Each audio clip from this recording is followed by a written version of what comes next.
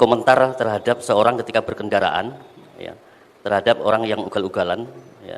Apakah termasuk kaitan dengan itu, ini termasuk maksiat, Ustaz? Tergantung apa yang dia ucapkan. Dia berkomentar tentang orang yang berkendaraan di depannya. Apa yang dia ucapkan? Dinilai maksiat atau tidak maksiat bukan komentarnya, namun apa yang dia ucapkan. Sama dengan orang marah. Apakah orang marah berdosa? Tunggu dulu. Apa yang dia ucapkan ketika marah? Apa yang dia lakukan ketika marah? Ketika marah dia tidak mengucapkan kalimat maksiat, maka tidak dosa. Ketika dia marah dia tidak melakukan tindakan maksiat, memukul orang, meninju orang, mematahkan tangan orang, melukai manusia lain, maksiat. Tetapi marah dia, namun tidak, kalimat dosa tidak keluar dari lisannya, perbuatan dosa tidak keluar dari anggota tubuhnya, maka marah tidak maksiat.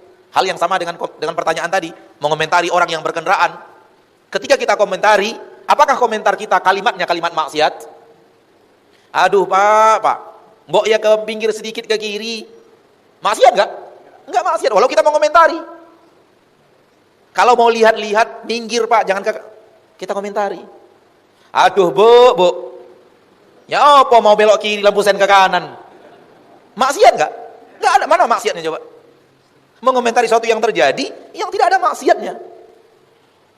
Tapi kalau sudah lebih daripada itu menghina, maka maksiat. Minggir, bahlul, maksiat bahlulnya. Membahlul-bahlulkan orang, maksiat. Jadi dilihat kalimatnya apa. Dan sekarang ini manusia benar-benar mulutnya itu benar-benar ringan mencederai orang lain dengan kalimatnya.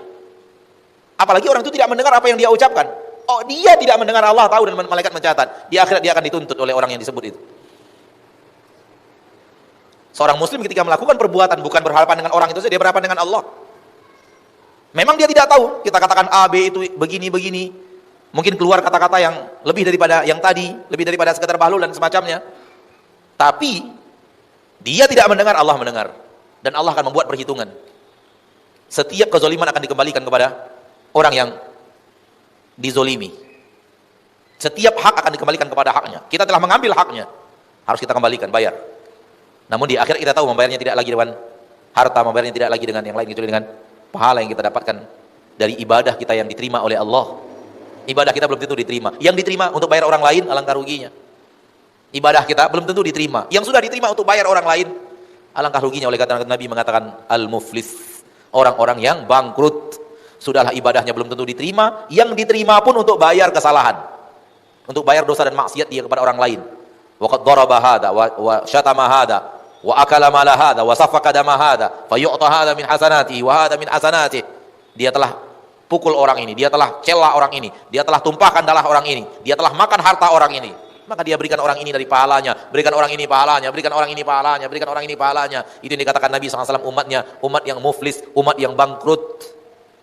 Ya subhanallah, kita jaga-jaga ibadah kita untuk diterima Allah. Sudah diterima mau kasih orang lain begitu saja dengan mencederai orang lain, perasaan orang lain walau dia tidak tahu. Ini disebut oleh Syekh Su'ud Asyuraim kantong bocor. Kantong bocor. Beliau pernah ceramah dan subhanallah anak sedang di sana, beliau berkisah, beliau berceramah seolah-olah judul ceramahnya adalah kantong bocor.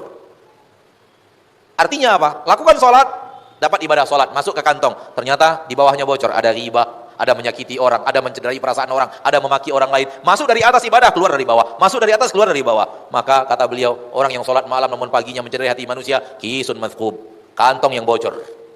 Lalu beliau bawakan beberapa perbuatan manusia di zaman kita yang masyhur sekarang ini, melakukan ini kemudian melakukan maksiat, melakukan ini lalu menzalimi orang lain, melakukan ibadah ini lalu menzalimi orang lain, semua beliau sebut kisun mathqub, kantong yang bocor. Kita isi sesuatu dari atas, keluar dari bawah. Akhirnya di hadapan Allah Tabaraka wa Ta'ala kita sudah merasa banyak ibadah, ternyata kantongnya nggak punya apa-apa. Kenapa? Bocor. Hati-hati. Ya.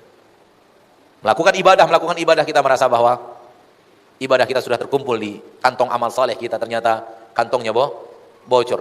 Gibahi orang lain, caci orang lain, sebut orang lain dengan sesuatu yang tidak dia sukai, komentar orang lain di jalan dengan cara yang tidak, cara maksiat. Kalau komentarnya nggak maksiat nggak apa-apa, karena Allah tahu nilai komentar itu. Jadi dilihat dari apa kalimatnya yang dia lakukan, apa perbuatan yang dilakukan, ketika itulah dinilai maksiat. Wallahu taala alam, sebagaimana tadi yang disampaikan bahwa itu adalah pertanyaan terakhir. Ini yang bisa kita sampaikan pada kesempatan yang berbahagia ini. Dan sekali lagi saya menasihati diri sendiri Nasihati saudaraku, saudariku, kaum muslimin dan muslimat, al-hadirin wal hadirat, al-musyahidin wal musyahidat, para pemirsa, mari kita sayangi diri kita.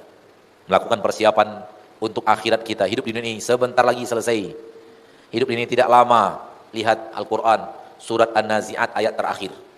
Lihat Al-Quran, surat An-Nazi'at ayat terakhir. Allah mengatakan, ka'annahum yawma yarawnaha lam yalbathu illa 'ashiyatan aw duhaha.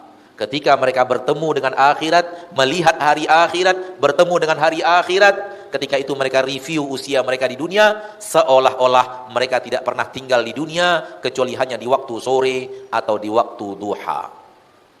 Seolah-olah mereka tidak pernah tinggal di dunia. Ini untuk umat Nabi Muhammad. Kita umatnya. Umat Nabi Muhammad ketika datang di akhirat, kita ketika datang di akhirat, kita coba lihat ke belakang berapa usia saya di dunia. Ternyata kita mengatakan, saya tinggal di dunia hanya bagaikan waktu sore atau bagaikan waktu pagi. Tidak cukup 1 hari. Dan itu pasti akan terjadi. Umat Nabi Muhammad datang di akhirat, kita adalah umat Nabi Muhammad datang di akhirat. Kita lihat ke belakang, berapa sebenarnya usia saya di permukaan bumi. Kita sendiri akan berpendapat, usia saya di permukaan bumi hanya waktu sore. Asar sampai maghrib. Hanya waktu duha, antara jam 8 sampai jam 11. Antara jam 7 sampai jam 10. Itulah usia kita di permukaan bumi. Kita sendiri akan merasakan seperti itu. Saking singkatnya usia kita di permukaan bumi. Iya, kita sekarang merasakan puluhan tahun dengan perasaan di dunia. Dan dunia ini hari yang tidak hari abadi. Bukan hari yang sesungguhnya, hari semu. Hari yang abadi, hari yang sesungguhnya, hari akhirat. Kalau sudah bertemu dengan hari yang sesungguhnya, hari akhirat, baru sadar kita, hidup kita di dunia teramat singkat. Mari kita berpikir ulang, menggunakan waktu yang singkat ini untuk mendapatkan murka Allah. Mari kita bersabar sekuat tenaga agar waktu yang singkat ini untuk mendapatkan rahmat Allah di surganya. Semoga Allah tabaraka wa taala berikan kita kekuatan untuk itu dan berikan kita taufik untuk itu. Semoga Allah wafatkan semua kita di atas husnul khatimah. Semoga Allah maafkan dosa kita di yaumil hisab dan semoga Allah kuatkan kaki kita di saat kita sedang melintas di atas sirat. Subhanakallahumma wa bihamdika asyhadu an la ilaha illa anta astaghfiruka wa atubu ilaik. Wassalamu alaikum warahmatullahi wabarakatuh.